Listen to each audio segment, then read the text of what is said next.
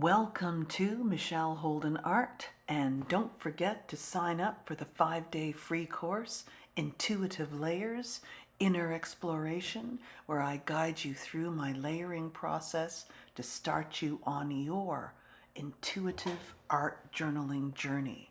And this week, I've started a new mark making series, and this is a continuation from last week's page where I rolled off all of my colors, which were very bright, and as you can see, I choose the stencils that resonate with me, so there's sort of a water and some text. And right here I'm showing you last week's page, the previous page, which were experimentations and layering and line and marks, and we're just going to keep this journey going.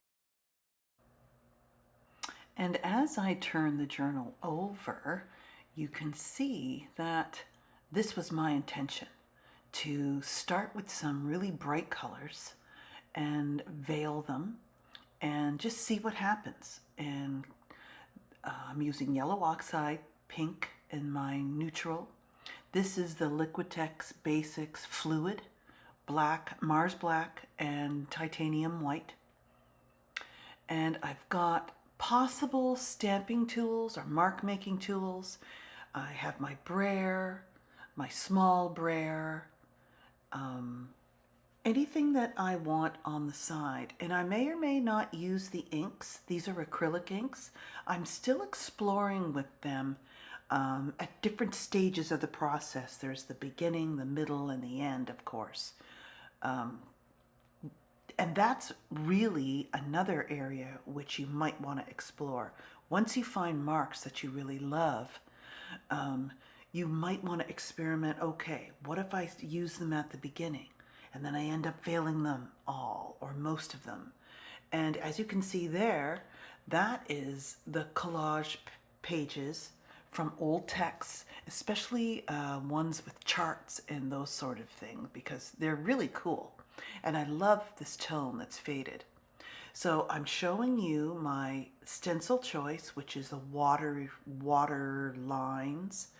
And I'm going to be using it as a stencil and the collage paper up there. And I really like the black and the underlying pink. So I think that is definitely going to have an influence on the rest of my colors, especially black. Now the yellow oxide and pink together I love, and that's what we do. We resonate, we choose colors that we resonate with. And today that's the feel, because I'm just exploring and still looking for and experimenting with different color choices, and still a minimal palette. To me, it just is easier. I don't need to deal with so much color mixing, keeping it simple. So I went to get my larger color shaper, as you can see, and I just worked directly on the page with this Liquitex fluid, and I'm just covering up, veiling different areas, and just seeing how translucent the layers are. Do I want to leave anything untouched? Not sure at this point. And when I want to do a little bit more lifting, this is where my water sprayer comes in handy. You see how the color shaper picks it up better. And now that I've misted a little layer, I can scrape some off. So I don't want it totally solid. So next time, that definitely, now in hindsight of course, which is so great, early on, I might not want to get rid of all the bright colors. I might want to leave a little area. That might get covered up, but later on in the process, maybe in the middle, with a darker color. And there's so many different combinations. I could have also used my brayer to lift, and that's a really, really good tool to use. So I'm liking this pink directly out of the tube, and I know if I use the brayer, it'll make some really nice marks. So welcome if you are here first, for the first time. I'm Michelle Holden, of course, and I called this channel Beyond Mixed Media because it really does go beyond mixed media. We're using, or I'm using anyway, an intuitive process, and I'm really working on that.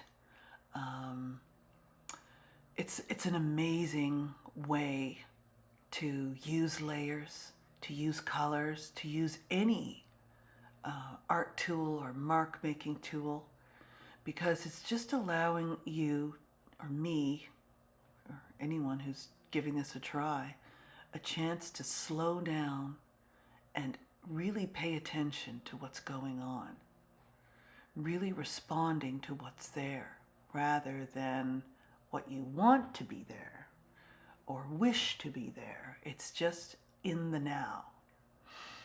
So definitely that collage had this influence, and I'm loving the mixture of the layers, and what a great spot for that collage.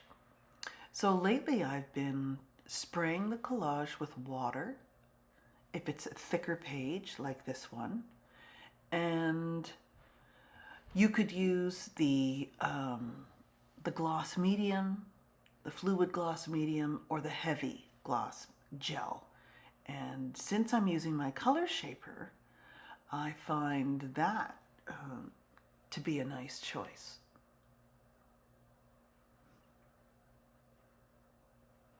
If you've noticed, I have not sped up this video. It is in real time, and I said last week, which I'll leave a card for last week's video, it's just so much better, because if I am showing you my practice of slowing down, it's so much better to see it in a video that isn't sped up, and you really get the feel. So yes, this took just under 30 minutes, and it's great to do. Easier to carve out a 30-minute time, art session in your studio or anywhere you might be creating, versus, waiting for 3 hours or 2 hours. So that's what I'm really liking. So more consistent, shorter sessions are better and keep you more connected than a few longer sessions during the week. And that's what I'm discovering. But I'm in the middle of report card season in my full-time teaching job, which I love. And once that finishes up, we'll be doing a few more art journaling pages during the week. It's going to be great. I'm really loving this stencil. And as I put it down this way, it's emphasizing the overlapping. So I could have went light on the dark. You can go dark on the light. And I think having both would be really interesting. Using a classic makeup sponge.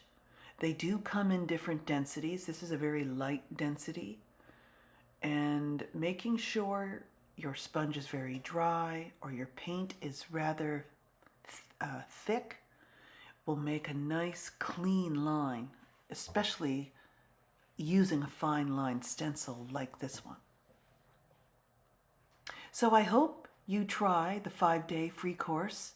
It really gets you started with the backbone of this intuitive art practice, which is intuitive art journaling, which you can have many different journals for different purposes, marks, color, or throw them all in one. It doesn't really matter. It's totally up to you.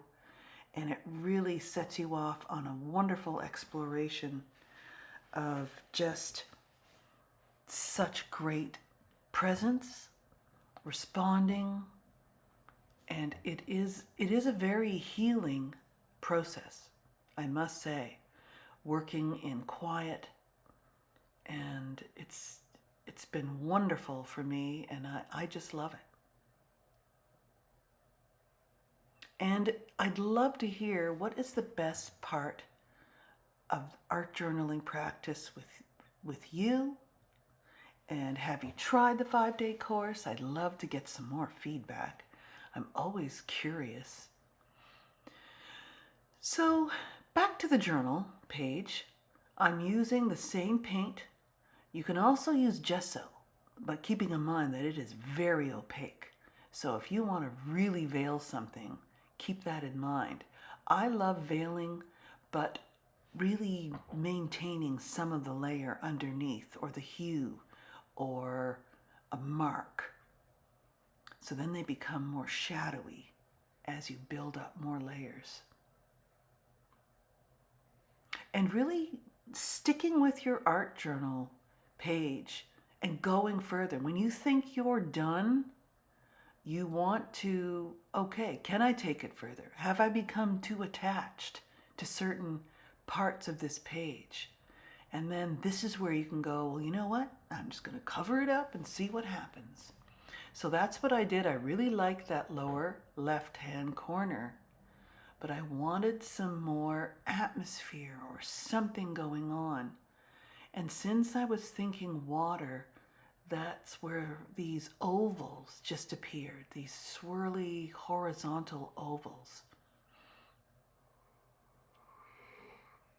And I wanted to maintain this calm feeling of this page.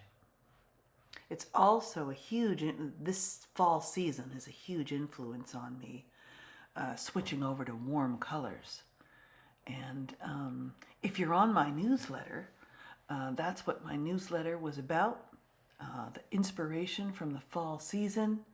And if you're wanting to get 2 newsletters from me and be in the loop, I also have that link in the comment section below this video. So check that out. So then I like black above, going from light to dark or dark to light. And I wanted some scraping through there. It depends what's underneath, so there was mostly paper. If I had another layer of paint, it would have scraped through better. So this is a good thing to remember when you're writing your self-reflection. And your self-reflection PDF that I also have available for free, it's also in the description. And you can glean a lot of things from a page that once you build up more layers, you may or may not remember later on. But I like to remember at least 3 or so things, and then it just gets you to slow down, reflect, and move forward. So I did end up using the white acrylic ink just with the dropper, and I love the dropper lines. They're thicker, and I was echoing the similar feel of the lines that I made with my awl, scraping through the pink below.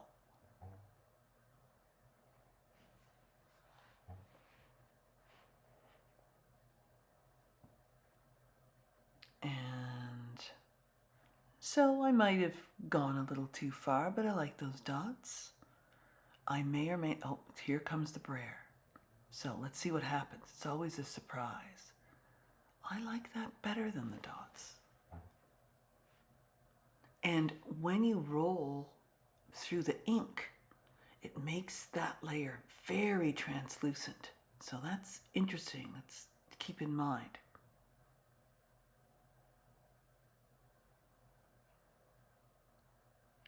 So I found that. That is deli wrap paper, just with some white stencil. It could be any kind of stencil. I might definitely use some white ink or white paint on just the deli wrap paper to make sure it really remains translucent and open. So only have a few marks so that when you attach the deli wrap paper to your page, a lot of it disappears into the medium, whatever medium you're using. And that's the magic of using transparent collage papers.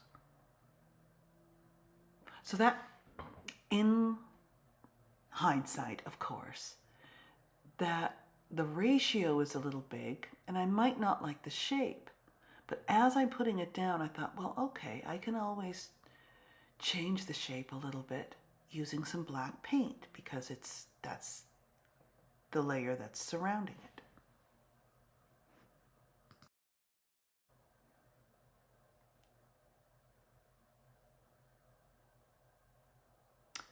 And just looking for, yes. This was an interesting choice. So this stencil is sort of emulating text or writing or something, a message. And I thought, well, why don't I sort of lessen the contrast of that white piece, but by using that text. So I don't know if it turns out. I might even change my mind here. Okay then. Oh, yes. I thought, oh, I haven't got any drips. I haven't done any drips. And I used to use drips on my paintings like constantly. And now I miss them. So I am going to go back when I do create my larger works on canvas.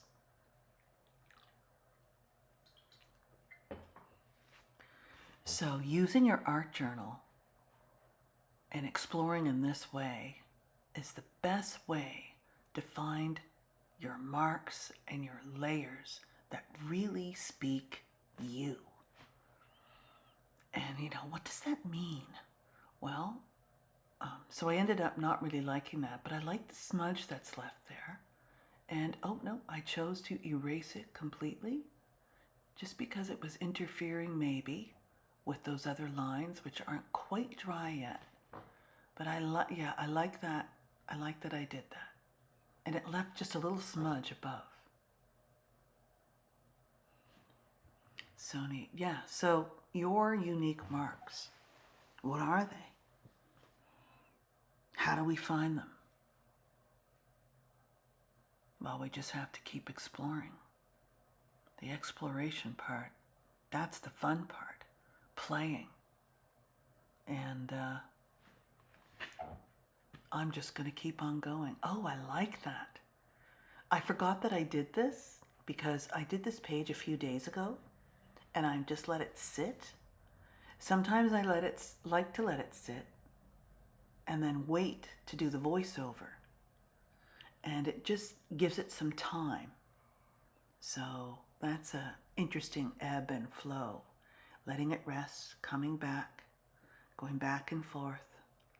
And I'm loving how that water, that repetition of the water stencil, but notice the one in the lower left-hand corner is vertical, and the one on the top is horizontal. So it's interesting.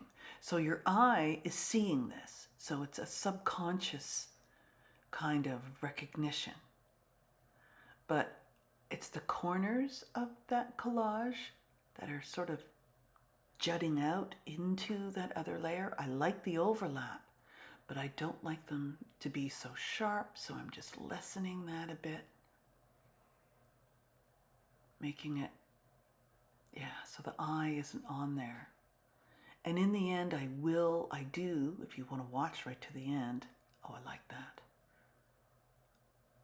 That just created some more space between the two areas. So it created more of a floating feeling. And I like that. Sort of a ethereal, atmospheric kind of layering process is what I'm searching for.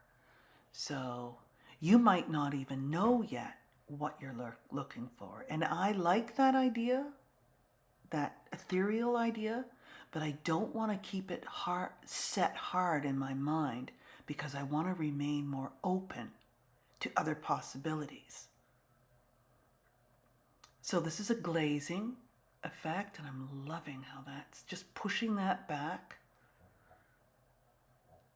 Other colors, maybe a Payne's gray would have been still dark, but a little more blue. It may have worked in a nicer way. I'll have to give that a try. And then I'm just softening those edges. And now you can see the lower area is pushed way back, and now that shape above is coming way too forward, so I end up pushing that back as well. So a little drying is needed. So there's at least 3 or 4 different drying stages in this video, but I just edit those out. It just makes it better and saves time. Oh, yes. So, thinking warm. Thinking cropping the shape. So as you can see, I'm blocking that because I just want a partial and I want it to go across. And just this alone will push that rectilinear shape back. Just a little bit though. I love that. That's just an old text page just with lines from a single paintbrush. Probably done with my left hand. And it's so simple, and I don't even have enough of those. So I hope you're enjoying my new mark making series, and this is where you'll find it in that category. And let me know if you've also found me on Instagram, because I try to put 1 post or 2 a week and lead people here, and then of course lead you to my 5-day free course. And my bigger course I'm just in the middle of making, and that'll be out soon. So if you want to be in touch with what I'm doing, you can do the 5-day free course, or you can join my newsletter and you'll be on my mailing list. So look at that. Wow, what a lot of texture when you look up close. I'm so glad I did that little zoom in for you.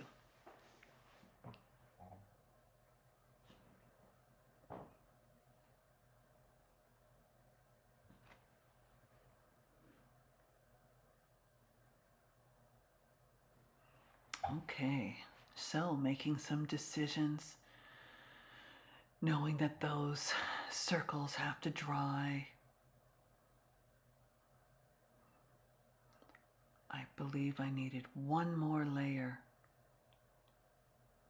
And then sometimes I'll spritz it with some isopropyl alcohol, which is what I'm going to do right now. And it will just separate and add a little texture, but you have to be careful. If you've put it quite a bit on, it'll make the acrylic paint a little gummy, or and it won't respond the same, as you can see. So there's the isopropyl alcohol is there, and it's just preventing my color shaper, which is loaded with the black paint, to go on evenly. And then, but it's also a good way just to spritz it, and if you want to score through that layer, it'll score through much easier, depending on what's underneath. So hopefully you have paint underneath, or at least gesso. And as you can see, when I did that, I smudged that circle a little bit, but that's okay. Really loving the texture that's going on. So then if anything starts to do that, I just let it dry, and then we'll just see what happens. So that influenced my gold pen lines, which I love. And I'll echo the white ink lines in the middle section, and that's just another layer. So altogether, there's got to be at least 8 or so layers on this page. So practice using a bunch of layers and don't hold back. You can go further, you can always cover it up and then start again, and because it's your journal, it's just for you. So I hope you enjoyed this video. I'm going to show you some close-ups right now. So keep exploring your mark making. And next I'm going to show you the reflection PDF. So I'll just read a little bit from my reflection. My intention was to use a water element and to create a very floating feeling with a minimal palette. I am getting used to the smaller stencils. I need to use a very dry sponge. I like the yellow ochre and pink with the Mars black, and I think I might try a different element going across the top next time, or change the value, lessening the contrast. It's still a bit busy, but I like the overall feel of this page, and I really do. So that's what I'm writing there. And as you can see, it's just a short message to yourself. As you leave your page out and you let it rest, some other things might come to mind, so you might want to add that.